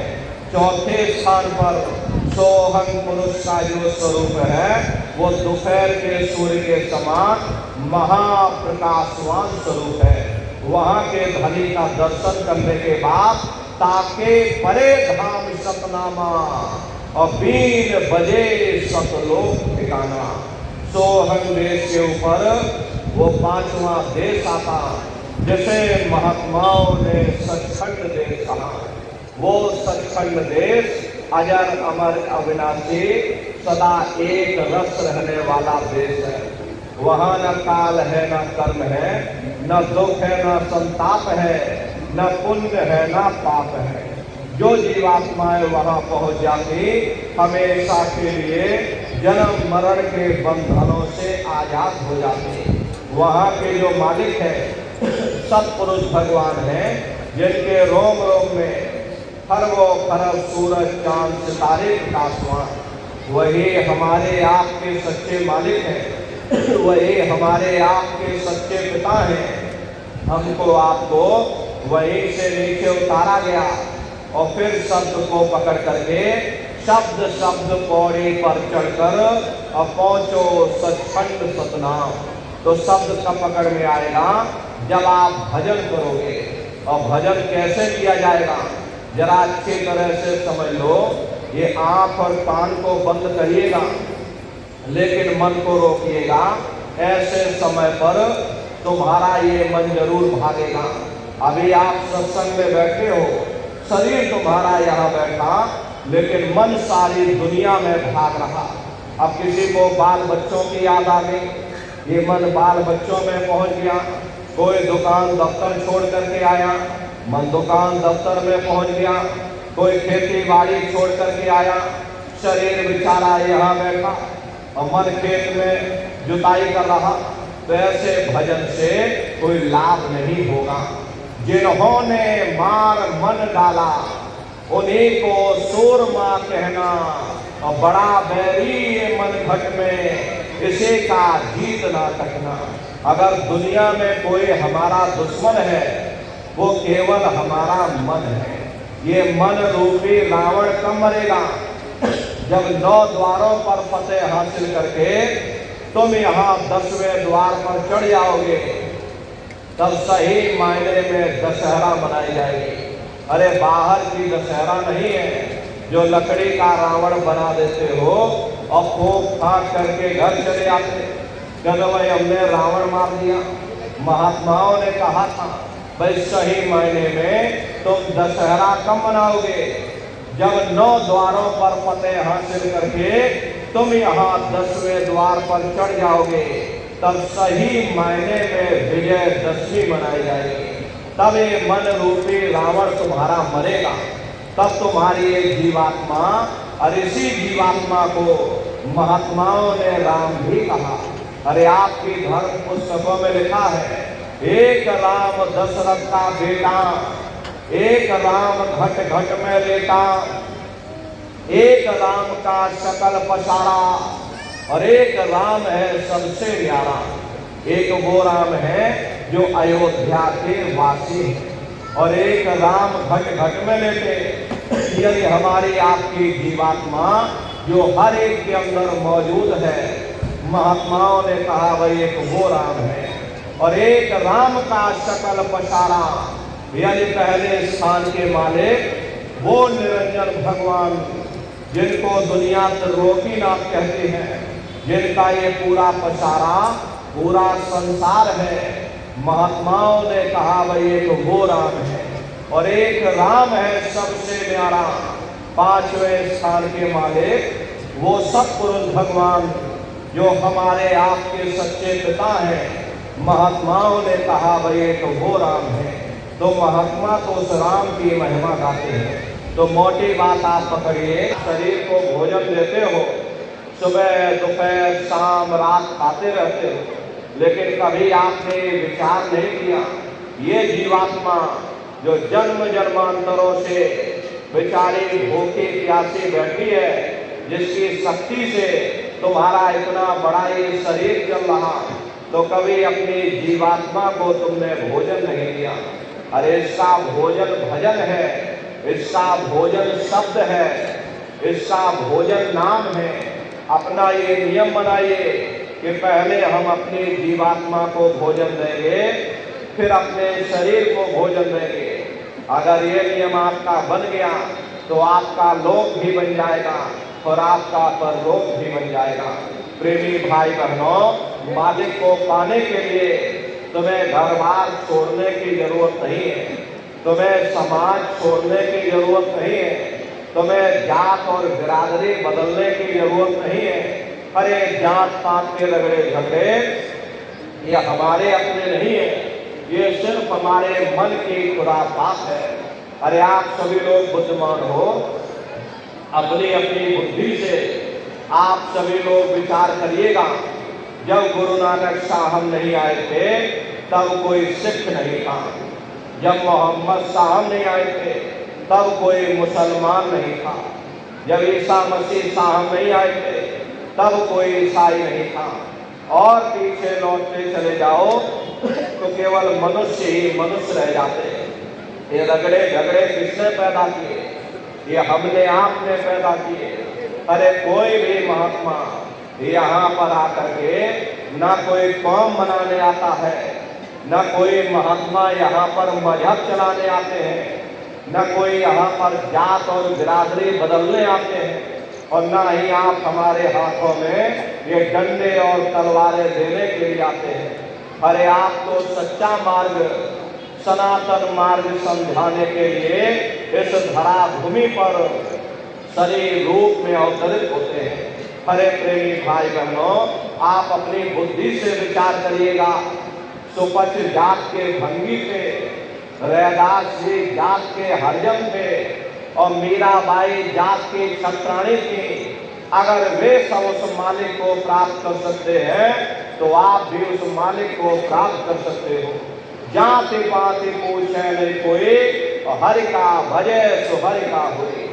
लोग यहाँ जात पात बनाते बनाते यही मर गए, लेकिन ऐ नंदालियों, जब तुम्हारी ये जीवात्मा इस मनुष्य रूपी चोले को छोड़ करके ऊपर धर्मराज की कचहरी में पहुंचेगी तो वहां न तुमसे ये पूछा जाएगा कि भाई तुम किस जाति के हो, या तुम किस कौम के हो, या तुम किस मजहब के हो, तुम हिंदू हो या मुसलमान हो, तुम हिंदुस्तान से आए हो या तुम पाकिस्तान से आए हो, अरे वहां तुम्हारे कर्म देखे जाएंगे, भक्ति भाव देखा जाएगा, मालिक से मिलने का प्रेम और प्यार देखा जाएगा। इसीलिए महात्मा समझाते हैं कि भाई मालिक को पाने के लिए तुम्हें जात बिरादरी बदलने की जरूरत नहीं है, तुम्हें समाज छोड़ने की जरूरत नहीं है, तुम्हें घर परिवार छोड़ने की जरूरत नहीं है, तुम्हें बाल बच्चे छोड़ने की जरूरत नहीं है, तुम्हें जंगलों पहाड़ों में भटकने की जरूरत नहीं है, तुम्हें साधु सन्यासी और बाबा बनने की जरूरत नहीं। अरे भाई तुम अपने अपने घर परिवार में रहो, अपने अपने बाल बच्चों के साथ रहो, अपने अपने समाज में रहो, समाज के रीत नीति के अनुसार रहो, मेहनत और ईमानदारी से काम करो और 24 घंटे में घंटा 2 घंटा अपनी जीवात्मा के कल्याण के लिए सुरत शब्द नाम की कमाई यानी सुमरन ध्यान और भजन करिएगा। यही दौलत तुम्हारे काम आएगी और बाकी सब यही पड़ा रह जाएगा। सुई की एक नौक भी तुम्हारे साथ में जाने वाली नहीं है। अरे बड़े बड़े राजे महाराजे आए, सारी जिंदगी उन्होंने एक किला बनाते बनाते गुजार दिया। आज उनके किलों को जाकर देखिए, आज खंडहर बने पड़े हुए। विश्व विजेता सिकंदर सारी दुनिया पर राज करने का ख्वाब देखता था और वो भी मुट्ठी खोल करके चला गया। कोई क्या साथ लेकर के जाएगा? जो चीज तुम्हारे साथ में जाने वाली है वो केवल परमात्मा की भक्ति है। इसलिए प्रेमी भाई बहनों, वो दौलत कमा लो जो अंत समय में तुम्हारे काम आए, वरना ये समय तुम्हारा निकलता जा रहा, ये श्वासों की पूंजी दिन प्रतिदिन कम होती जा रही। एक समय ऐसा आएगा ये बुलबुला तुम्हारा फूट जाएगा, फिर न जाने दोबारा ये मनुष्य शरीर तुमको मिले न मिले, अरे भटकते रह जाओगे युगों युगों के लिए नरकों और चौरासियों में। इसलिए प्रेमी भाई बहनों, अहो भाग्य है आपका, आपको ये मनुष्य शरीर मिल गया। इस मनुष्य रूपी मंदिर में बैठ करके वो आत्मधन कमा लो, वो रूहानी खजाना कमा लो, जिससे तुम्हारी जीवात्मा का कल्याण हो जाए। तो सुमरन ध्यान और भजन नित्य नियम से आप लोग करिएगा। और देखो प्रेमी भाई बहनों, सभी लोग शाकाहारी रहना, क्योंकि हमारे गुरु महाराज ने शाकाहार पर विशेष जोर दिया। गुरु महाराज हमारे कहते थे, हे बच्चे बच्चियों, तुम लोग शाकाहारी रहना, शाकाहार का प्रचार करते रहना, इसी से देश और दुनिया में भारी परिवर्तन होगा। हरे नर नारियों, परिवर्तन कैसे होगा? प्रेमी भाई बहनों, परिवर्तन जब होगा जब हम लोग शाकाहारी का प्रचार करेंगे। प्रेमी भाई बहनों, देसी कहावत है, जैसा खाए अन्न वैसा होए मन। जब इंसान पशुवृत्ति भोजन करेगा तो उसकी बुद्धि स्वतः ही पशुओं जैसी हो जाएगी, सोच विचार उसका चिंतन स्वतः ही पशुओं जैसा हो जाएगा। फिर जिस शराब के नशे में माँ बहन बेटी की पहचान खत्म हो जाए, उस शराब को पी करके यह कैसे पता चलेगा कि क्या अच्छा और क्या बुरा है? यही कारण है कि आज भर समाज में ये दुनिया भर के अत्याचार और दुनिया भर के व्यभिचार फैले हुए। अरे हम लोग मंदिर बनवाते हैं, उन मंदिरों में नहा धो करके जाते, कहते भाई परमात्मा के रहने की जगह है, हमको नहा धो करके जाना चाहिए, फूल अगरबत्ती ले जाना चाहिए। कोई उन मंदिरों में कूड़ा कचरा नहीं डालता। अगर कूड़ा कचरा डालोगे तो आपस में लाठियां चल जाएंगी। फिर ये जो हरि मंदिर है, ये पंच भौतिक शरीर जिसे महात्माओं ने हरि मंदिर कहा, इसमें तुम हाड़ मांस के लोथड़े डालते हो, इसमें तुम शराब के कतरे डालते हो। अरे अपने बनाए हुए मंदिर की आप कद्र करोगे और परमात्मा के बनाए हुए इस हरि मंदिर को तुमने जीते जी कब्रिस्तान बना दिया तो सख्त सजा मिलेगी। अरे महात्माओं ने लिखा है कि तिल भर मच्छी खाई के कोट गौ दे दान और काशी करवट जामरे निश्चय नरक दान।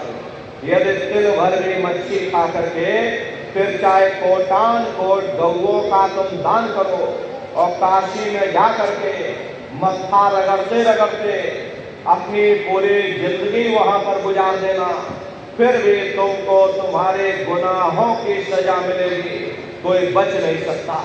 क्योंकि ये कर्म भूमि है, यहाँ तुम जैसा कर्म करोगे वैसा फल तुमको मिलेगा। देखिए इस कर्म भूमि पर कृष्ण भगवान तक नहीं बच पाए। उस समय बाली को छिप करके बाण मारा, वही बाली कृष्ण अवतार में बहेलिया बन करके आ गया। कृष्ण भगवान के पैरों में पद्म चमकता था, हिरण की आंख समझ करके और बहेलिये ने निशाना मार दिया और जब पास में आकर के देखा कृष्ण भगवान थे, अफसोस करने लगे। लेकिन कृष्ण भगवान ने उसको समझाया कि भाई इसमें तुम्हारा कोई दोष नहीं, उस समय हमने तुमको मारा, आज तुमने हमको मार दिया, हमारा तुम्हारा बदला पूरा हो गया। कर्म प्रधान विश्व रच राखा और जो जस करे सो तस फल चाखा। ये कर्मों का ऐसा देश है, यहाँ तुम जैसे बीज बोगे वैसे ही फसल काटोगे। इसलिए प्रेमी भाई बहनों, आपसे हमारी प्रार्थना है कि आप लोग शाकाहारी रहिएगा। अरे तरह तरह की बीमारियां जो आज के समय में घर घर में आ रही, इसका मुख्य कारण एक ही है, लोगों का खान पान गंदा हो गया। अरे आप अपनी बुद्धि से विचार करिए, इंसानों के खून में जब जानवरों का खून मिल जाएगा, इंसानों के अंदर जब जानवरों के कीटाणु पहुंच जाएंगे तो न जानवरों की दवा काम में आएगी और न इंसानों की दवा काम में आएगी, तो परिणाम क्या होगा? ऐसी महामारियां फैलेंगी। इसलिए प्रेमी भाई बहनों, आपसे हमारी प्रार्थना है कि आप लोग शाकाहारी रहिएगा।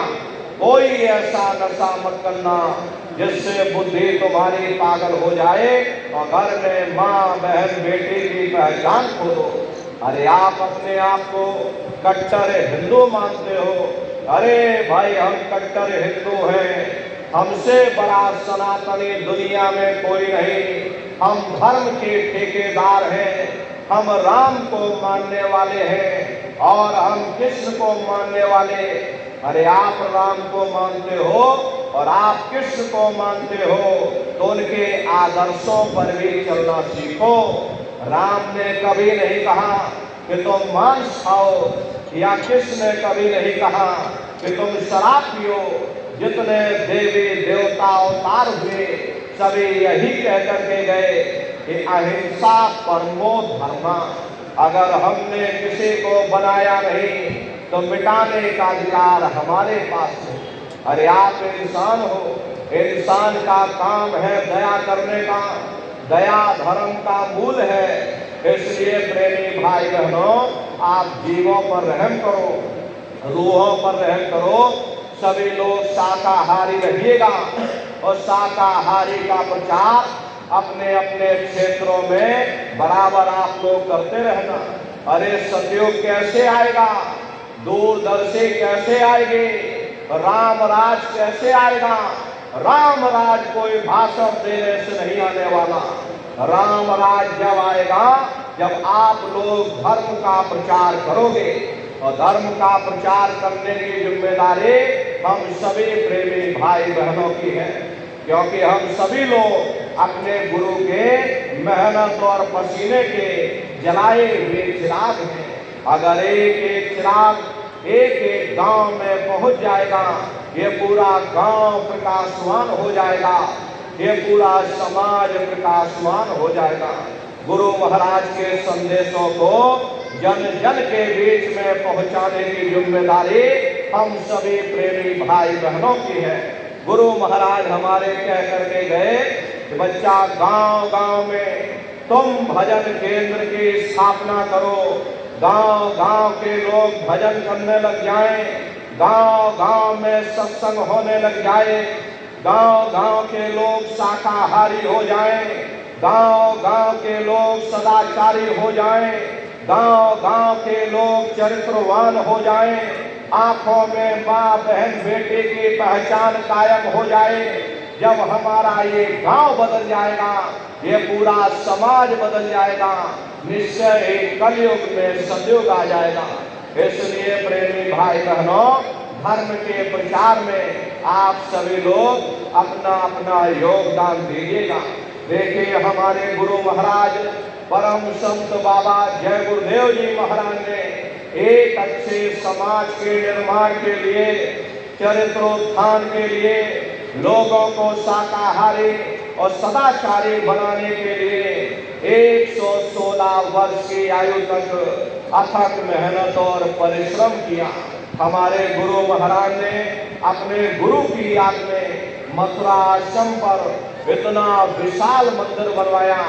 गुरु महाराज हमारे कहते थे, बच्चा मंदिर का वो देवता वहां पर बैठ करके बरकत बांट रहा, अरे आप लोग आइए, वहां कोई रुपया पैसा नहीं चढ़ाया जाता, कोई चंदा चुटकी नहीं, अरे आप लोग आए, मंदिर के देवता के सामने अपनी एक बुराई को चढ़ा दीजिए।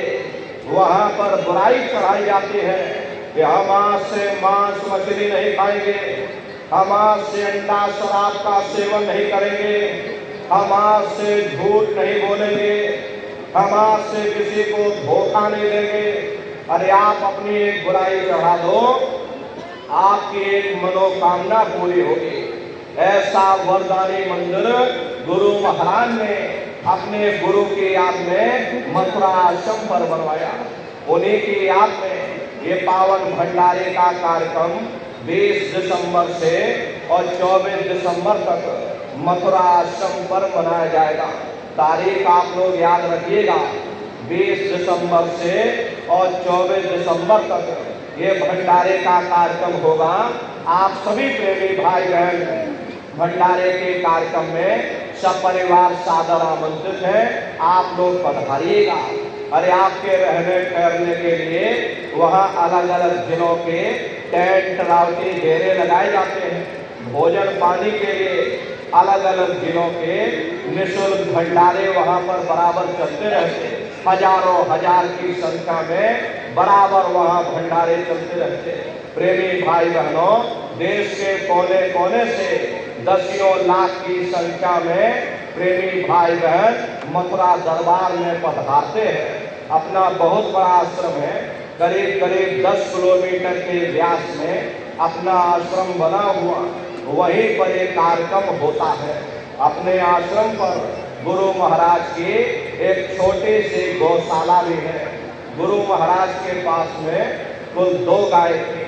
2 गायों का इतना बड़ा परिवार है कि आज के समय में करीब करीब 3000 गायें हैं और 3000 के ऊपर सांड हैं। गौशाला अलग है और नंदीशाला अलग है।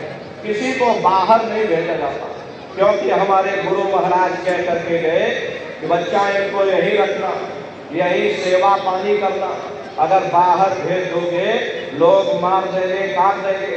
इसीलिए चाहे गाय हो या चाहे बैल हो, हमारे यहाँ किसी को बाहर नहीं भेजा जाता। गायों के लिए अलग से गौशाला है और सांडों के लिए अलग से नंदीशाला बनी है। उसी के बगल में अपना एक बहुत बड़ा विद्यालय है, जिसमें 2,500 से 3,000 बच्चे निःशुल्क विद्या अर्जन करते हैं। कॉपी किताब पढ़ाई लिखाई बिल्कुल निःशुल्क है। उसी के बगल में अपना एक बहुत बड़ा अस्पताल भी है। प्रेमी भाई बहनों, वो गुरु महाराज की कर्म भूमि है और गुरु महाराज की जन्मभूमि, जहाँ पर हमारे गुरु महाराज का जन्म हुआ, जिला इटावा ग्राम खितौरा में है। जैसा भव्य मंदिर मथुरा दरबार में बना हुआ, उसी तरह से भव्य मंदिर गुरु महाराज की जन्मभूमि पर बन करके तैयार हो चुका। ये जो आप बगल में पोस्टर देख रहे हो, ये गुरु महाराज की जन्मभूमि का मंदिर है। और इधर जो ये फोटो लगी है, ये मथुरा दरबार का मंदिर है। प्रेमी भाई बहनों, समय निकाल करके आप पधारिएगा। ये 20 दिसंबर से और 24 दिसंबर तक ये भंडारे का कार्यक्रम होगा, तो आप सभी प्रेमी भाई बहन भंडारे के कार्यक्रम में पधारिएगा। अपने अपने बच्चों को भी साथ में लेकर के आइएगा। हम लोग ये सोचने लगते हैं कि अरे बच्चों को क्या करेंगे ले जाकर, ये बच्चे छोटे हैं, इनको घर में रहने दो, इनको पढ़ाई लिखाई करने दो, अभी इनकी पढ़ाई लिखाई की उम्र है, ये सत्संग सुनना, ये भजन पूजा पाठ करना, ये तो हम लोगों का काम है। इन बच्चों को घर पर पढ़ाई लिखाई करने दो। प्रेमी भाई बहनों, बस यहीं पर हम आप धोखा खा जाते हैं। अरे पढ़ाई लिखाई जरूरी है, हम ये बात आपकी मानते हैं कि आज के समय में शिक्षा बहुत जरूरी है। अरे हमको भी गुरु महाराज ने पढ़ाया लिखाया, हमको अंगूठा छाप नहीं, गुरु महाराज ने हमको भी पढ़ाया लिखाया। प्रारंभिक शिक्षा हमारे गुरु महाराज की जन्मभूमि पर हुई, क्योंकि जो गुरु महाराज की जन्मभूमि है वही हमारी भी जन्मभूमि है। 1 से लेके 5 तक हम वहीं पर पढ़ाई किए। उसके बाद गुरु महाराज ने मथुरा बुला लिया, आगे की पढ़ाई लिखाई फिर हमने मथुरा में की। 10वीं किया, 12वीं किया, BA किया, LLB किया। तो कहने का मतलब ये है कि गुरु महाराज ने हमको भी पढ़ाया लिखाया। लेकिन प्रेमी भाई बहनों, पढ़ाई लिखाई के साथ साथ अच्छे संस्कार भी जरूरी है। और संस्कार कोई MA BA की डिग्री करने से नहीं पढ़ते, संस्कार कोई डिप्लोमा करने से नहीं पढ़ते। अगर MA BA की डिग्री करने से बच्चों के अंदर संस्कार पड़ गए होते तो हिंदुस्तान में इतने वृद्धाश्रम न खोले जाते। अरे संस्कार पढ़ेंगे महात्माओं के वचनों से, संस्कार पढ़ेंगे सत्संग के माध्यम से। ये बच्चे देश के भविष्य हैं, इन बच्चों के अंदर अच्छे संस्कार डालना ये समय की बहुत बड़ी मांग है। अरे आज के समय में बच्चों के अंदर संस्कारों की कमी देखी जा रही है। वरना पहले के समय में अकेले माँ बाप अपने 4-4 बच्चों को पाल लेते थे, लेकिन आज के समय में वही 4-4 बच्चे, वही MA BA और डिग्री और डिप्लोमा किए हुए बच्चे अपने माँ बाप को रोटी नहीं खिला पा रहे। शादी हो जाती है, घर परिवार बांट करके रख दिया, जमीन जायदाद बांट करके रख दी, चूल्हा चौका बांट करके रख दिया, यहाँ तक कि बेचारे माँ बाप को भी बांट करके रख दिया। 10 दिन तुम हमारे घर में छोड़ दो और 10 दिन बाद तुम अपने घर में ले जाना। प्रेमी भाई बहनों, ये संस्कारों की बहुत बड़ी कमी है। ऐ माताओं बहनों, ये बच्चे तुम्हारे धरोहर हैं, ये बच्चे तुम्हारे जीवन की पूंजी है।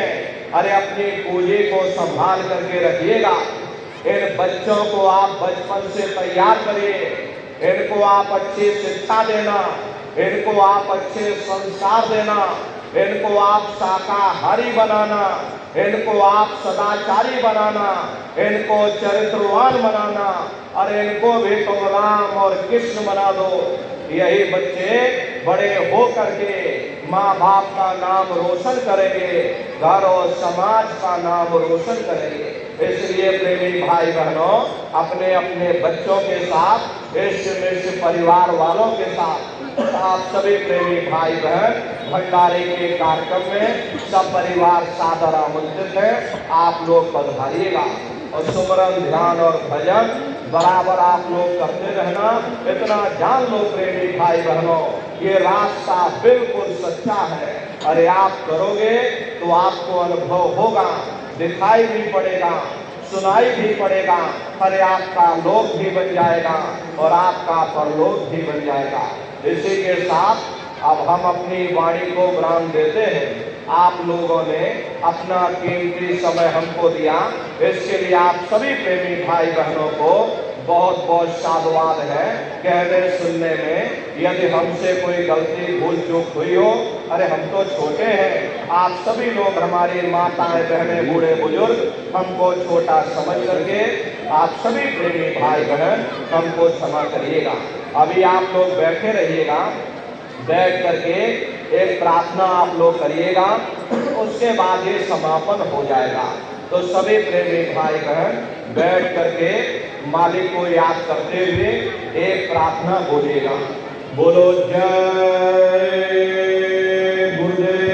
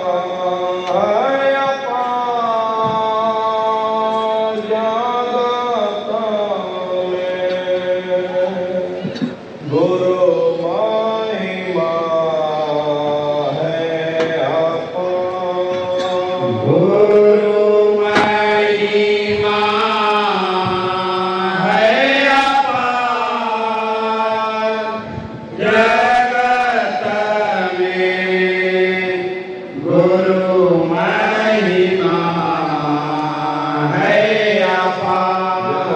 भाई बहनों, अभी हम नीचे उतर जाएंगे, बारी बारी से आप लोगों से मिल भी लेंगे, लेकिन आप लोग कोई धक्का मुक्की या जल्दबाजी मत करिएगा, आराम आराम से आइएगा। सबसे पहले माताएं बहनें आएंगी, उसके बाद भाई लोग आएंगे। माताएं बहनें अपने सिर को, कान को, गले को बिल्कुल ढक करके आप लोग आइएगा। बगल में गुरु महाराज की गाड़ी है, चरण पादुका है, दर्शन करते हुए और सत्संग का प्रसाद लेकर के तब आप लोग अपने अपने